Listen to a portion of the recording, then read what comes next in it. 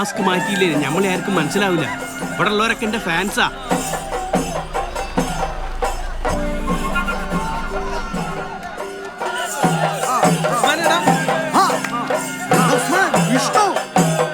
വിഷ്ണു എന്താ എന്നെ സിനിമയിലെടുത്ത് എടുത്തടാ സജി സാറിന്റെ പുതിയ സിനിമയില്. സൂപ്പർ ഹിറ്റ് അല്ലേ? അനാർക്കലി എന്തായാലും സൂപ്പർ ഹിറ്റ് അല്ലേ?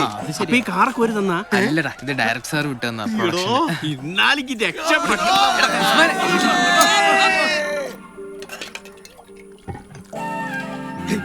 പഴം വരെ പഴയതാണല്ലോ. നോക്കണ്ട, പഴക്കം ചോദിക്കുന്നുണ്ട്. അല്ലടോ, അന്റെ നായികാരെന്ന് പറഞ്ഞോ? ഇല്ല, ചോദിക്കാണ്. അമലാപ്പോൾ മതി എന്ന് പറഞ്ഞാൽ ഇട്ടോ. അമലാപ്പോളൊന്നും വേണ്ട, പാർവതി മതി. അയ്യ, ചേരാൻ സമ്മതിക്കൂല. ആ പാർവതി നമ്മളെ മൊയ്തിയില്ല പാർവതി. ഇന്റെ നായിക്കാണ് ഞാൻ അമലാപ്പോളിനെ സമ്മതിക്കും. എടാ ഇതിലെനിക്ക് വില്ലൻ വേഷം പറഞ്ഞിരിക്കുന്നത്. ഇല്ലൊരു നായിക ഉണ്ടായിക്കൂടെ? അതൊന്നും എനിക്കറിയില്ല. പക്ഷെ കളരി നന്നായിട്ട് ചെയ്ത് കഴിഞ്ഞാൽ നായകൻ വരെ ആവാം. കളരിയോ? അപ്പത് വടക്കം വീരകാഥ സെക്കൻഡ്. കളരി മീൻസ് ആക്ടിംഗ് കോഴ്സ്. മൊത്തം പുതുമുഖങ്ങളായോണ്ട് ഒരു അഭിനയ കളരി. അതിലേക്ക് ഇപ്പൊ എന്ത് ചെയ്യാൻ പറ്റൂ? അതെ, അതിൽ ഈ ഒന്നും ചെയ്യണ്ട, അത് ഒരു ചെയ്തോളൂ. ചായ റെഡി. അല്ല, നമ്മുടെ ജോസണ്ണിയുടെ സിനിമയിലേക്ക് സെലക്ട് ചെയ്ത പോലെ ആവോ?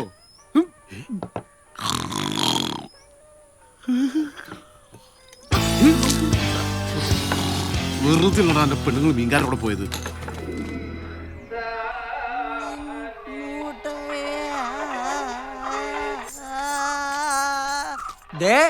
വന്നേക്കണു മജിസ്ട്രേറ്റുകള്. അമ്മേ, ദേ ഏട്ടൻ വരുന്നുണ്ട്. അമ്മയുടെ കേട്ടം വന്നേക്കണു. നീ എന്റെ ഡ്രസ്സൊക്കെ പാക്ക് ചെയ്ത് വെച്ചോ? ഏട്ടന്റെ വിളി വന്നപ്പോഴേ അമ്മയെല്ലാം പാക്ക് ചെയ്ത് വെച്ചു. എന്നേട്ടാ ഷൂട്ടിംഗ് തുടങ്ങണേ?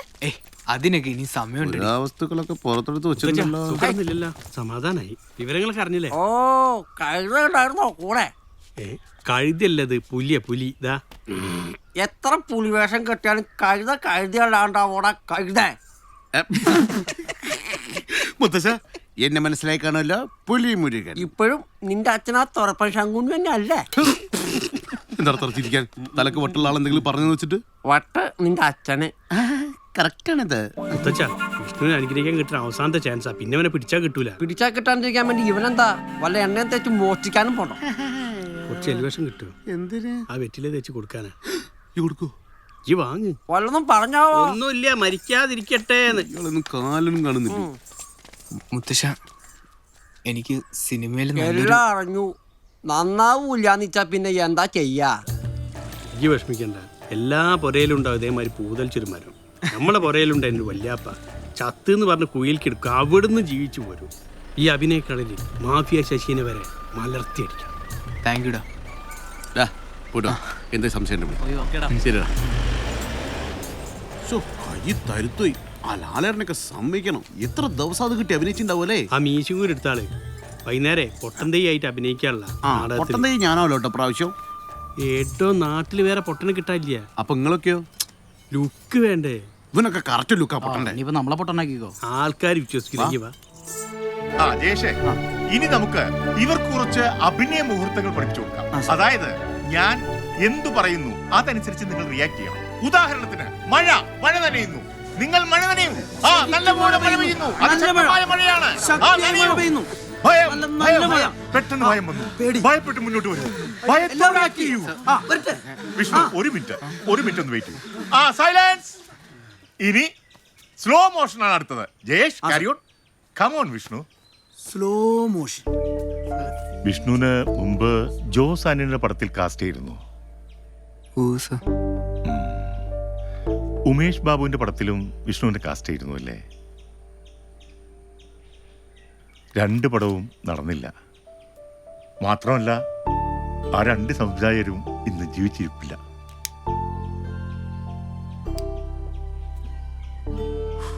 ഇതെങ്ങനെ തന്നോട് പറയണമെന്ന് എനിക്കറിയില്ല. ഈ സിനിമ എന്ന് പറയുന്നത് അന്ധവിശ്വാസങ്ങളുടെ ഒരു കൂമ്പാരമാണല്ലോ. എനിക്കതിലൊന്നും വിശ്വാസം ഉണ്ടായിട്ടല്ല. കോടികൾ മുടക്കിയുള്ള ബിസിനസ് അല്ലേ. പ്രൊഡ്യൂസർ അടക്കം നിർബന്ധിക്കുമ്പോൾ ഏതായാലും മോൻ സച്ചി ഒന്ന് പോയി കാണാം. അതാവുമ്പോ ഒരു മിനിറ്റ്. അപ്പൊ ശരി മോനെ. അലോൺ. അല്ല, ഇവിടുത്തെ വർക്ക് ഉടനെ കഴിയും. പറ മുകേഷേ. അല്ല, കൈ കയ്യിൽ പൈസ ഉണ്ടെങ്കിൽ ഞാൻ ഡേറ്റ് വാങ്ങാം, അതൊരു വിഷയമല്ല. അശോകേട്ടൻ പറഞ്ഞല്ലോ അല്ലേ,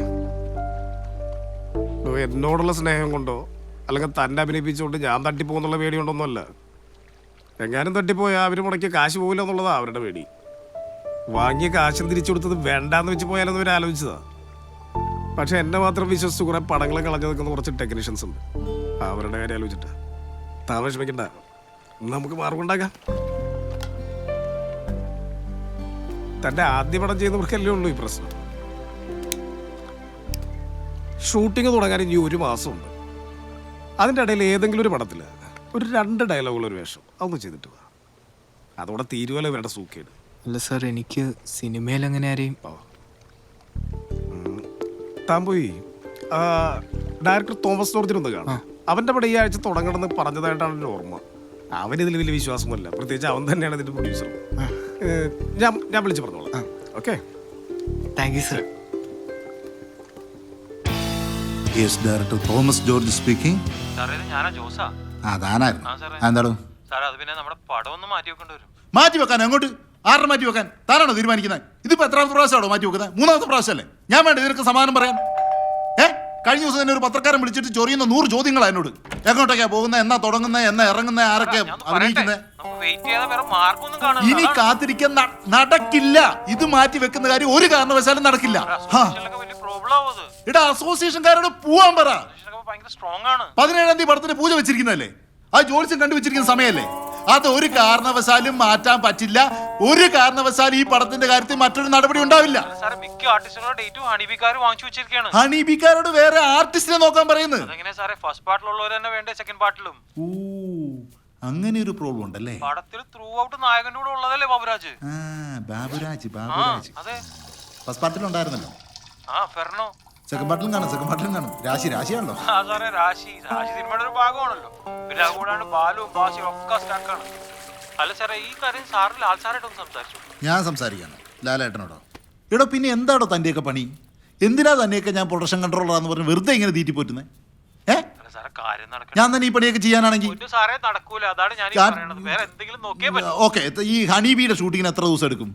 തുടങ്ങിയിട്ട് ഇപ്പൊ 10 ദിവസമായി. ഇനിയിപ്പോ 1 മാസം ഷൂട്ടിംഗ് കൂടി ഉണ്ട്. 1 മാസോ? സാറ് ടെൻഷൻ അടിക്കണ്ട. സാറിന് ഒന്നും കൂടെ സ്ക്രിപ്റ്റിലൊക്കെ ഇരിക്കാലോ. ആ സമയം കൊണ്ട് എനിക്ക് ലൊക്കേഷൻസ് ഒക്കെ ഒന്നുകൂടെ കൺഫേം ചെയ്യാൻ പറ്റും. ഒരു കാര്യം ചെയ്യും, ഹണിബി 2ന്റെ ഷൂട്ടിംഗ് കഴിഞ്ഞാൽ ഉടനെ തന്നെ നമ്മുടെ പടത്തിന്റെ ഷൂട്ടിംഗ് തുടങ്ങാണ്. അതിനകത്തൊരു മാറ്റവും ഇല്ല. ഇത് ലാസ്റ്റ് ആണ്. ബാക്കി എല്ലാ കാര്യങ്ങളും ഫൈനലാണ്. ഇനി നാളെ ഇനി ഒരു മാറ്റം ഉണ്ടാവരുത്. ഇത് 4ാമത്തെ ഫൈനലാണ്. മനസ്സിലായല്ലോ? ഓക്കെ. ഒരു ഉത്തരവാദിത്തം ഇല്ലതേ, വെറുതെ മനുഷ്യനെ മെനക്കെടുത്താനായിട്ട്.